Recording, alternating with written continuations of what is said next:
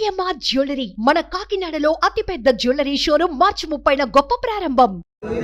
ఇక్కడ అతని మీద మనం 2019 పోటీ చేస్తామని ఇక్కడ తెలిసి భీమిలి నియోజకవర్గంలో ప్రతి ఒక్కరు అతని మీద ఫైట్ చేశాం.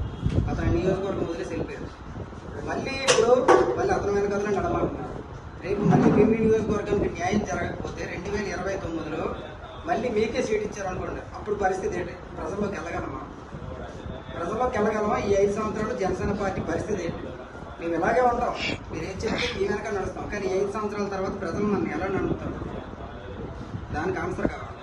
మేము మొన్న ఎలక్షన్లో ఎంపీటీసీ చేసాం, సర్పంచ్ చేసాం. ఈసారి ఇతను ఏం ఇస్తారా? ఇతను అయినవాడు.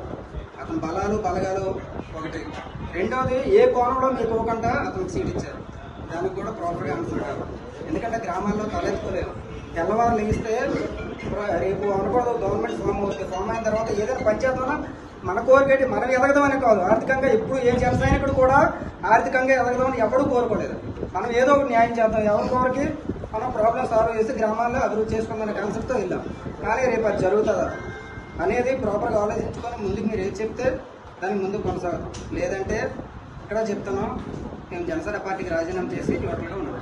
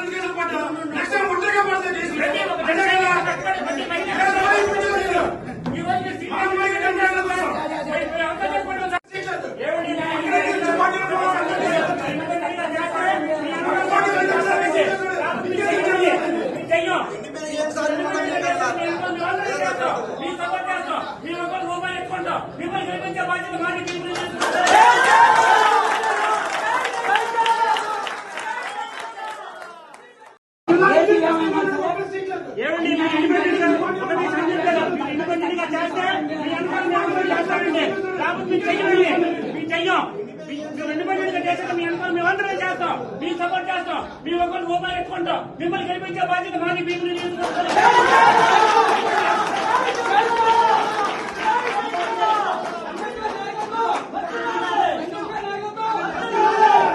మేమైతే టీడీపీ చెయ్యం, చెప్తున్నాం. గంట శ్రీనివాసుల సంగతి మాకు తెలుసు. ఇంకొక విషయం, 2009లో పట్టాన్ని రోడ్డు మీద జాగా పోగొట్టుకుని ఈ రోజు మంది సాధించుకోలేదు సార్.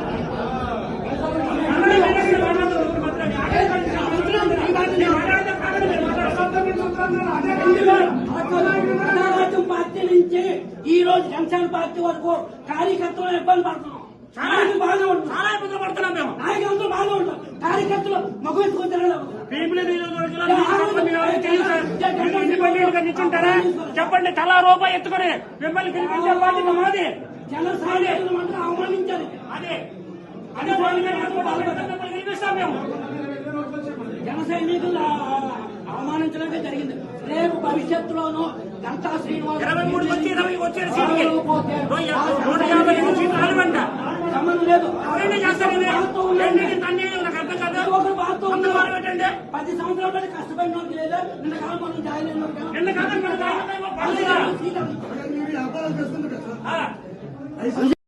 అంటే ఇప్పుడు సందీప్ గారిని నెక్స్ట్ ఇప్పుడు సీట్ ఇచ్చి గెలిచారంటే ఇంకా పాతుకుపోతారు. ఇక్కడ భీమిలిలో ఇంకా జనసేన జెండా తీసేవాడు ఎవడే లేడు.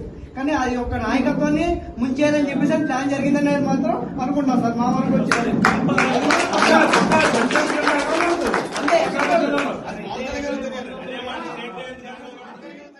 సుమన్ టీవీలో మీ పర్సనల్ అండ్ బిజినెస్ ప్రమోషన్స్ కోసం కింది నెంబర్కి కాంటాక్ట్ చేయండి.